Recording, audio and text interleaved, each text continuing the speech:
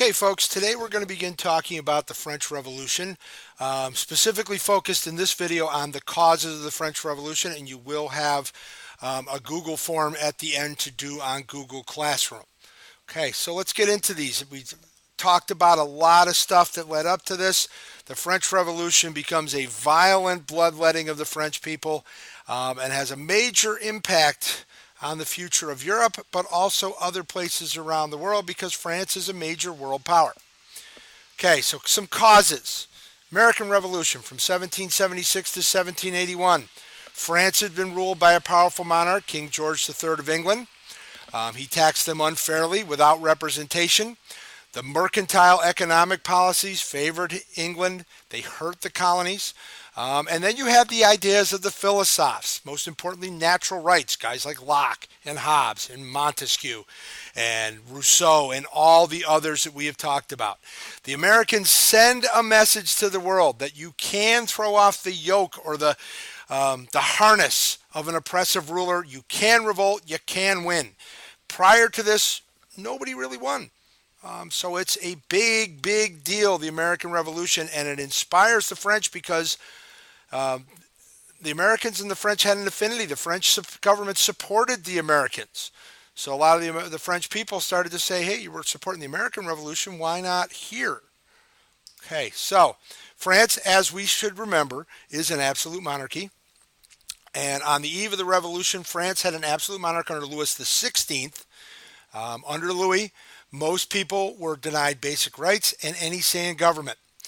But the French government has problems. They've been at war continuously, really for way over a century.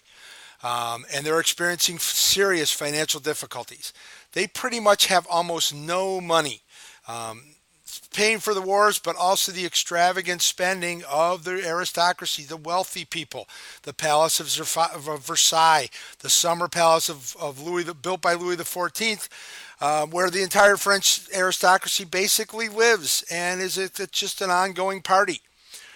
They finance foreign wars. They pay big loans to the American Revolution. The Americans are broke. They have no money to pay it back, but they're also financing wars elsewhere. So they begin deficit spending. They're borrowing money to pay the bills.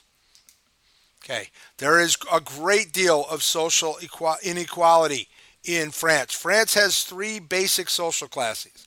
You have the clergy, known as the first estate. You have the titled nobility, the very wealthy, known as the second estate. And then you have the third estate. And that is made up of everybody else, the bourgeoisie or middle class, poor city workers, rural peasants, which are the single largest group. The third estate resented heavy taxes and lack of rights because they're footing the bill for the lifestyle of the others. Okay, so this is kind of just a pyramid of how it looks on there. 1% is clergy. 2% of the population is the nobility and what's known as the privileged class, the very wealthy. And the remaining 97% of the people are the third estate, and you can see how they're broken down. Okay, so the first estate, the clergy from the outset was established as a privileged estate. French Catholic Church maintains a wide scope of powers that literally is the state within the state and has sustained this position for over 800 years. France is probably the most Catholic of all the countries in Europe. Clergy is divided into lower and upper clergy. Lower clergy, usually humble, poorly paid village priests. Then you had bishops and abbots who filled the ranks of the upper clergy, men who regarded their office as a way of securing a larger income and the property that goes with it. Most of the upper clergy sold their offices to subordinates, keep the revenue, live in Paris or at the seat of the royal government in Versailles. Their responsibilities include registration of births and marriages, deaths. They conduct the tithe. Okay, people pay them 10% of their income usually. They censor books, anything that goes against the ideas of the monarchy. And the church serve as kind of a moral police. They also operate the schools and the hospitals, distributed relief to the poor, and they own between 10 and 15% of all the land. And of course, all of this land is tax-free. Now, the church does a lot of good stuff.